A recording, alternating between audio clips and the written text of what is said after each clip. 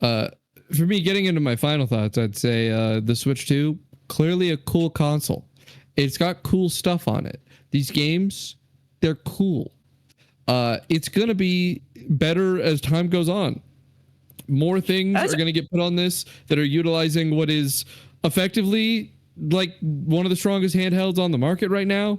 It's definitely the strongest handheld for its price point.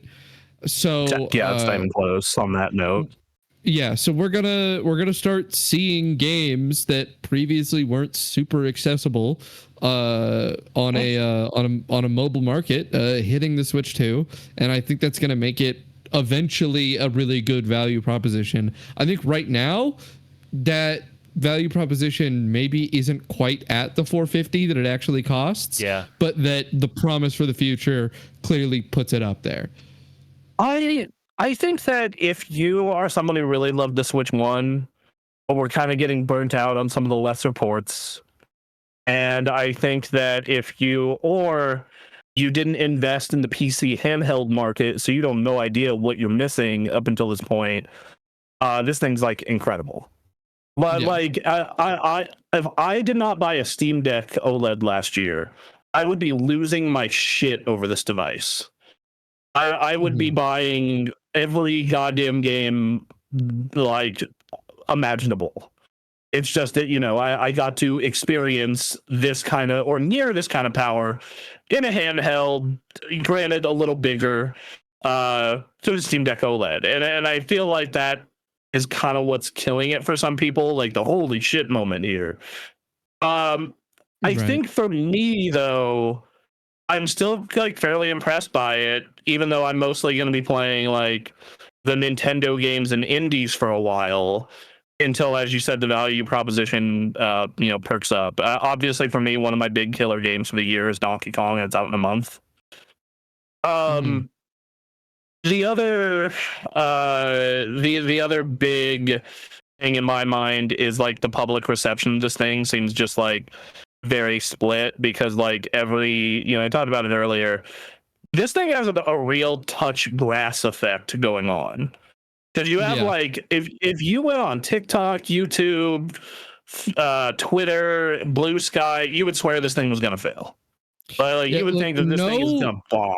No real human being I have spoken to dislikes the Switch. Yes. Like, no person I know, like, I think Anthony and you have had the most muted response. And even both of you were like, yeah, that's cool. I can't wait to put more time into it. And I think that, and I think that's proven, because as of today, it is the most successful first 4 days for a console ever. Damn. It did, according to Bloomberg, it did 3.5 million. Over the course of the 4 days. That feels like a funny modifier for describing the most successful launch, though. Like the first 4 days, so it's not the most successful first day, right? Somebody else had the most successful day one, I guess. Or they're just saying that. But then it's also not the most, like, it's been like 2 and 3 days also. So I feel like they would have used that. Let me but the fourth day must have really hit. Oh no, it is of all time, because the previous record was PS4 at just over 1 million. This thing, so it's the most successful day one. Yeah, it is. It is by far the most successful day one. It isn't even close. Oddly, I think that's not a function of its popularity. While it is incredibly popular, I think that's a function of the fact that they had the units. Yeah. I do too. I had always said that, like, if I think PS5 would have beat that if they had the units. Yeah. Yes. Like, I actually do think that. But. You know, PS5 apparently did 2.1 to 2.5 on launch day, is what people are guessing. But this apparently did 3 million in day one. So that's still crazy. This is an incredible portent for the future of the Switch 2. Because I the PS4 obviously won the generation. It was very successful. And I think that a big part of that is that a lot of people had it and that it wasn't getting made fun of. And I think that the Xbox One and PS5 both had the problem of it would have been more successful and probably more successful over time if more people could have it, and that the hype for them didn't get muted as time went on. And then by the time they did finally have stock available, everyone who super cared got a PS5 already. And so a lot of the word of mouth buys probably fell off and didn't end up purchasing consoles that they would have. In the sphere of excitement that would have come with as successful launch as it had. I know multiple people that are like casual work associates who are buying Switch 2s just because the launch is so successful. Oh man. And I they're think like, that it must be huge if everybody's so excited about it. And I think that's because Switch 1, a lot of people were really happy with. I love my Switch 1. Like I played the living crap out of that thing. They're coming in with goodwill, a lot of goodwill. And like I don't think $450 is a bad price point. I think the people who are being unreasonable about the price point either just had very unrealistic expectations, and there's not many of them. It's a disappointing price point because I don't want to spend $450, and yet I did. Right. So yeah, I was hoping for 400. I was hoping for 400, and like one sentiment I see from the detractors a lot is, and I've brought this up a couple of times, is like, oh, get a Steam Deck. It's $400. And I'm like, I own a Steam Deck, and I love the Steam Deck. I have the OLED version, and here's the thing about the Steam Deck: it requires a level of tinkering and knowledge that a lot of people are probably not willing to put up with. Yeah. Like perfect example is I love Dragon Ball FighterZ. I wanted to play it on a handheld. I decided to get it running on deck. Oh, it's not verified. Well, let's check Proton DB. Oh, it won't run because it anti-cheat unless I install this experimental version of Proton, and then it may work, but you still can't connect to the internet. You can only do training mode, which like fine, but still kind of annoying. Or it's a game that is deck verified, and like shit, like Baldur's Gate 3. And I think that like, and then the case of the ROG Ally, it's like the amount of tinkering with mobile Windows is bad. And then everyone's like, this Xbox handheld. I'm like, dude, that's serving a different market. I think it's going to be $800. Maybe $700 if you're lucky. They just raised the price of the Xbox to $600. There's no Nintendo made me spend about $100 more than I wanted to spend. So I should get to rip someone in half like a traumatized bonobo. Okay. All right. Sure. Yeah. All right. That's just how things work. If anyone wants to volunteer to be ripped in half by Duncan, like a traumatized bonobo, they're not normally violent, but if they're traumatized, they could rip you in half. So I think that a lot of the detractors for this thing are a lot of fluff. I even think that, I think for a first year of first party games, that's even great. Like for the first year, you're getting Mario Kart, you're getting Metroid, you're getting Pokemon ZA, you're getting a Splatoon spinoff. That's weird. That is weird. And then there's one other game I'm forgetting. Oh, and you're getting Donkey Kong, and then all those Switch 1 upgrades. Like Mario Odyssey looks amazing. Awakening looks great. I think that, and I actually never got to play Kirby in the Forgotten Land, so I'm actually super stoked for that port.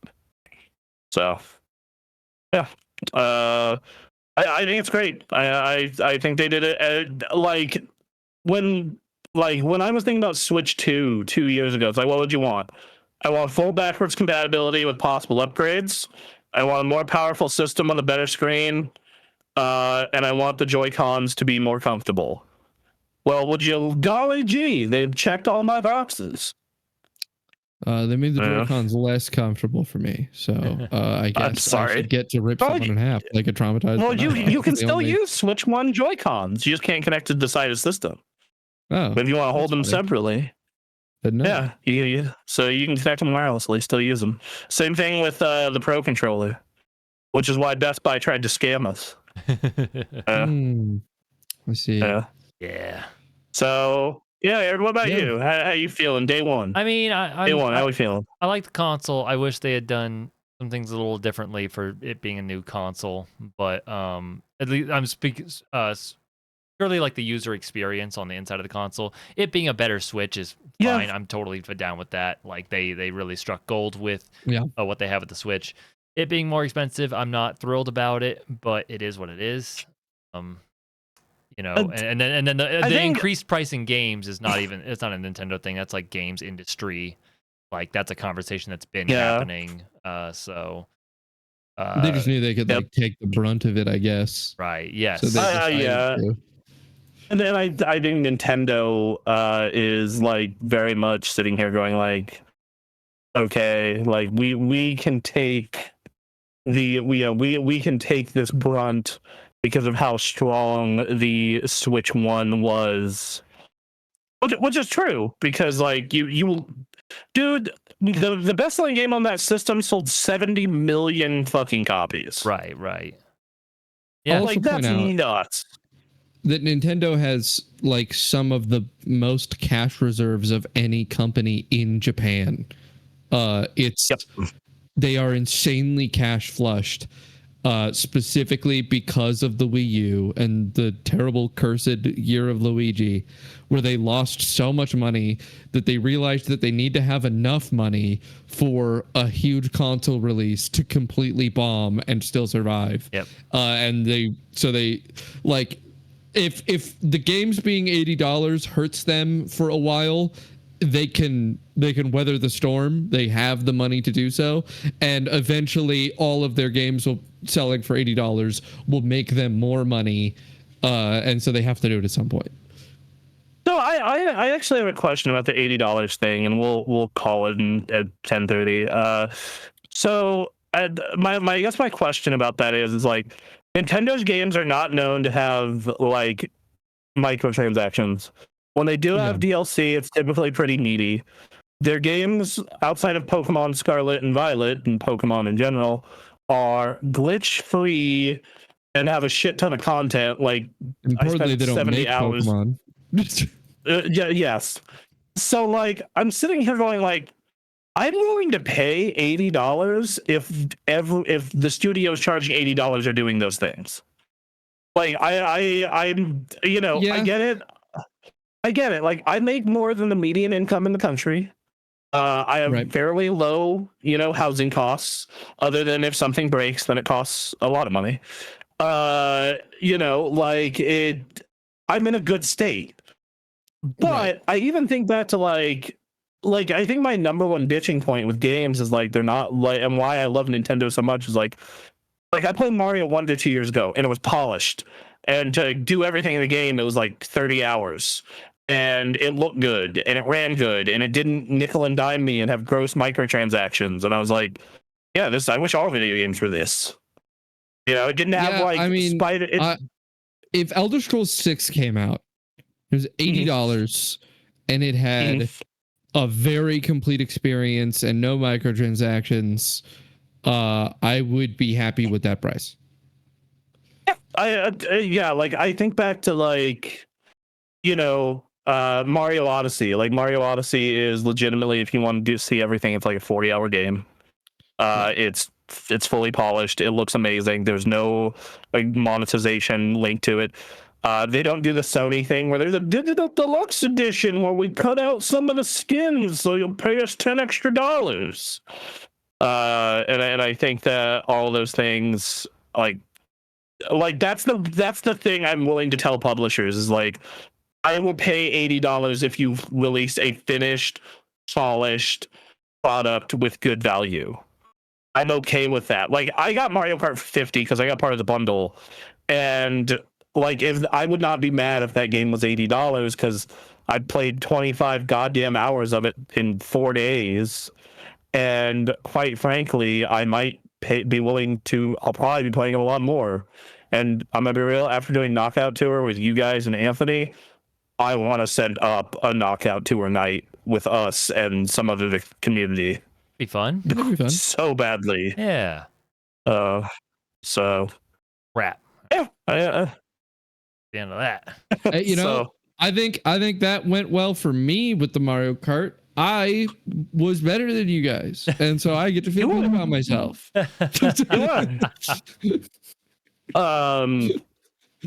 you know, so yeah, no, that's great. I think that it's a great launch week. This is probably the most fun I've had with a console launch since the PS4. Probably the most fun I've had with a console launch since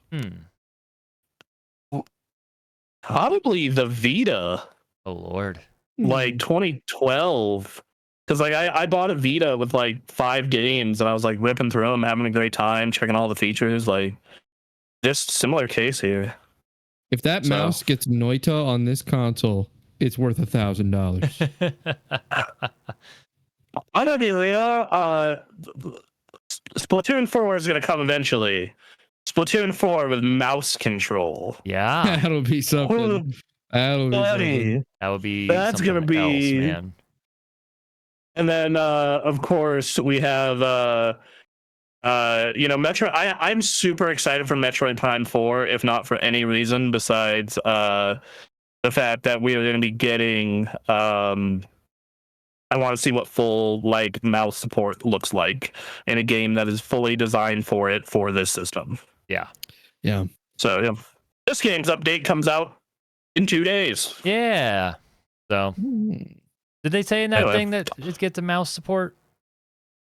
It does not get mouse support. It gets pretty graphics. It gets prettier graphics, and in the areas where it was really chunky, it is no longer chunky. Oh, yeah, there's no mice in this game. It's all squids. All squids and all squids. octopus, octopi, and a manta ray. And a single manta ray. Don't forget the manta ray. Yep. So, yeah.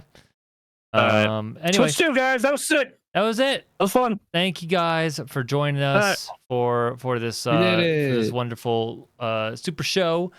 We'll be back. We'll be on Discord, so if you want to join Discord, talk video games with us and all that, feel free to do so.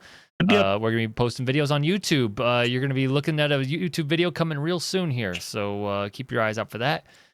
And subscribe to the YouTube, or I will tear you in half like a traumatized bonobo. It's you actually that's getting torn in half like a traumatized bonobo. So yeah. Yeah, and we're gonna be uploading this as clips next week. So if you don't wanna watch this whole 3.5 hour long monstrosity, you don't have to. Yay! Wonderful. All right. Thank you guys. May E-Beef be with you. E-Beef be with you. Goodbye. Bye. Y'all.